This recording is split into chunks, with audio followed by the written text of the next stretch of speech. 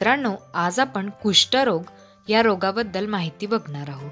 त्याचे लक्षणे, त्याचे उपचार, त्याचे निदान. चला तर मग आपण व्हिडिओला सुरुवात करूया. मित्रांनो, व्हिडिओ शेवटपर्यंत आणि काळजीपूर्वक बघा. आणि व्हिडिओला सुरुवात करण्यापूर्वी मित्रांनो, एक लाईक नक्की करून घ्या. कुष्ठरोग हा सावकाश पसरणारा जीवाणूजन्य आजार आहे. या कुष्ठरोगाच्या जीवाणूचे नाव आहे मायकोबॅक्टेरियम लेप्री. कुष्ठरोगालाच इंग्लिशमध्ये लेप्रसी असं म्हणतात. कुष्ठरोगाचा परिणाम हा त्वचा, हातातील आणि पायातील परिघावरती, चेता, घसा, नाकाची आंतरत्वचा आणि डोळ्यांवर होत असतो. चेतांच्या टोकावर परिणाम झालेल्या भागाची संवेदना नष्ट होते. संवेदना नाहीशी झाल्याने हातापायाची बोटे वाकडी होतात किंवा गळून पडतात. हातपाय विद्रूप होणे हे या रोगात प्रामुख्याने आढळत असते. कुष्ठरोगींना सरकारमार्फत सुविधा सुद्धा पुरवल्या जातात. याच कुष्ठरोगाच्या जीवाणूचा शोध लावला आहे डॉक्टर आर्मर हॅन्सन यांनी आणि तो 1873 मध्ये लावला. मित्रांनो, प्रमुख 2 प्रकार पडतात. लेप्रोमॅटस म्हणजेच सांसर्गिक कुष्ठरोग आणि नॉन लेप्रोमॅटस म्हणजेच असंसर्गिक कुष्ठरोग. तर लेप्रोमॅटस म्हणजे प्रतिकार यंत्रणा या रोगापासून बचाव करण्यास अपुरी पडते. त्यामुळे कुष्ठरोगाचे जीवाणू त्वचेमध्ये वाढतात. या प्रकारास बहुजीवाणूजन्य कुष्ठरोग असे म्हणतात. कुष्ठरोगाचे वैशिष्ट्य म्हणजे शरीरात उत्पन्न होणाऱ्या गाठी सर्व शरीरभर आणि चेहऱ्यावर या गाठी येतात. कधीकधी डोळे, नाक आणि घशामधील अंतत्वचेवर गाठी येतात. चेहऱ्यावर आलेल्या गाठीमुळे चेहरा हा सिंहासारखा दिसायला लागतो. यानंतर बघूया कुष्ठरोगाचे लक्षणे. त्वचेवरील चट्टे संवेदनहीन होणे हे कुष्ठरोगाचे पहिले लक्षण आहे.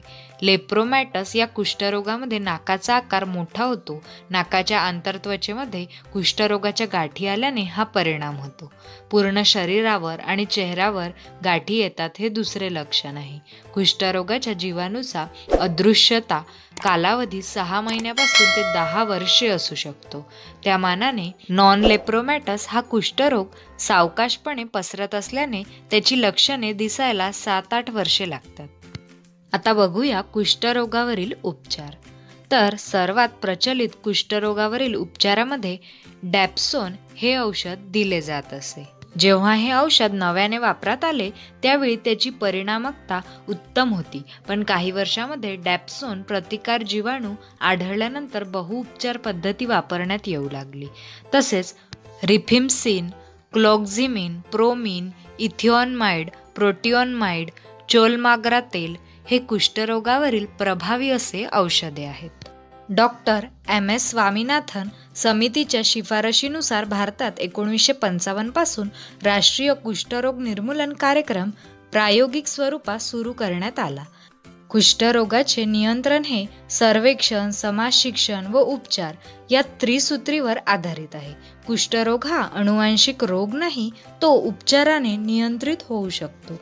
त्यानंतर बघूया कुष्ठरोगावरील निदान. कुष्ठरोगाचे जीवाणू ॲसिड फास्ट बॅसिलस त्वचा, नाकातील स्त्राव किंवा उतींच्या स्त्रावांमध्ये रंजक पट्टी चाचणीमध्ये दिसतात. LL जीवाणू सहज चाचणीमध्ये दिसतात, पण TT जीवाणूची संख्या अत्यंत कमी असते. ते सहजासहजी ओळखता येत नाहीत.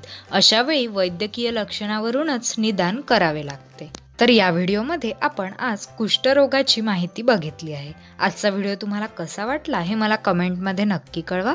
आणि व्हिडिओ आवडला असेल तर व्हिडिओला पटापट लाईक करा, तुमच्या मित्रांसोबत शेअर करा आणि खाली लाल कलरच्या सबस्क्राईब बटनवर क्लिक करून बाजूच्या बेल आयकॉनवर क्लिक करा. चला तर मग मित्रांनो, भेटूया अशाच एका नवीन व्हिडिओसह लवकरात लवकर. तोपर्यंत बाय बाय.